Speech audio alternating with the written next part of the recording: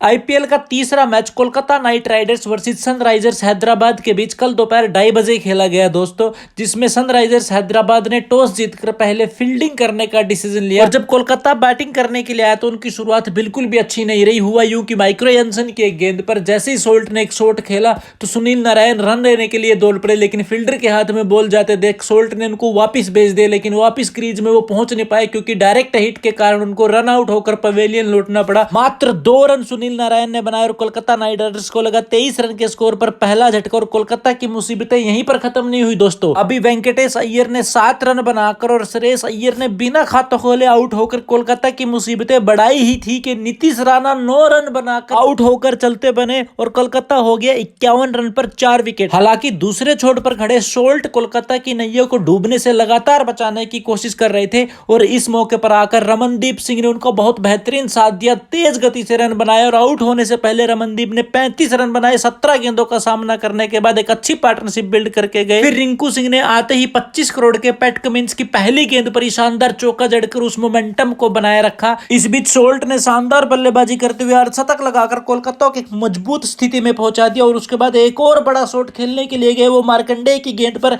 लेकिन इस बार माइक्रो एंसन ने शानदार स्प्रिंट लगाकर ड्राइव लगाते हुए जबरदस्त तरीके से उनका एक कैच लपक लिया, जिसकी वजह से फिल सोल्ट को 40 गेंदों में 54 रन बनाकर पवेलियन लौटना पड़ा। और फिर उसके बाद क्या इस चेहरे को जानते हो आप लोग?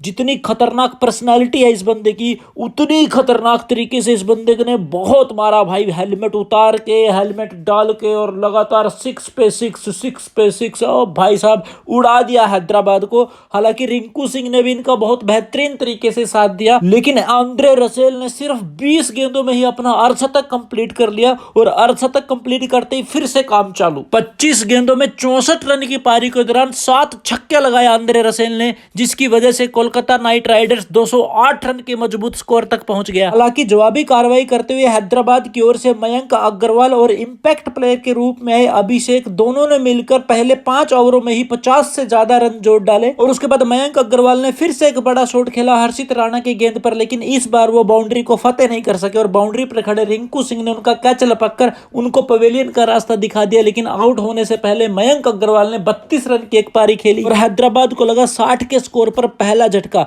अभिषेक हालांकि अभी भी क्रीज पर खड़े हुए थे और उसके बाद फिर आंद्रे रसेल ने उनको एक शॉर्ट बॉल डाली, जिसको अभिषेक ने बाउंड्री के पार भेजना चाहा, लेकिन बाउंड्री पर चक्रवर्ती के चक्कर में बॉल फंस गई, जिसकी वजह से अभिषेक को आउट होकर पवेलियन लौटना पड़ा। 32 रन उन्होंने भी बनाए। इसके बाद राहुल त्रिपाठी और एडन मार्करम ने हैदराबाद की पारी को आगे बढ़ाया, लेकिन दोनों कुछ खास नहीं कर पाए। पहले एडन मार्करम 18 रन बनाकर आउट हो गए और उसके बाद राहुल त्रिपाठी भी एक गैर जिम्मेदाराना शॉट खेलकर 20 रन बनाकर पवेलियन लौट गए। और फिर हेनरी क्लासन ने क्या खतरनाक क्लास लगाई कोलकाता के बॉलर्स की, बहुत मारा भाई। आंद्रे रसेल से भी ज्यादा मारा। उन्होंने 7 छक्के मारे थे, इन्होंने 8 छक्के मारे और एक भी चौका नहीं मारा इस पारी के दौरान और फिर से हैदराबाद को मैच में वापस लौटा दिया। अब चाहिए 10 गेंदों में 32 रन, फिर एक और छक्का और अब चाहिए 9 गेंदों में 26 रन, फिर एक और छक्का और अब चाहिए 8 गेंदों में 20 रन। और सच बताऊं ये मजा ना भाई मैच में आ सकता था, हाईलाइट्स में भी वो मजा नहीं आएगा। खैर लास्ट की 6 बॉलों में 13 रन चाहिए थे तो हेनरी क्लासन ने पहली बॉल पर ही छक्का लगाकर लगभग हैदराबाद की जीत सुनिश्चित कर दी। लास्ट की 5 गेंदों में चाहिए सिर्फ 7 रन। सामने है हेनरी क्लासन ने बल्ला घुमाया लेकिन बॉल बल्ले पर ठीक से आई नहीं, लेकिन दौड़ के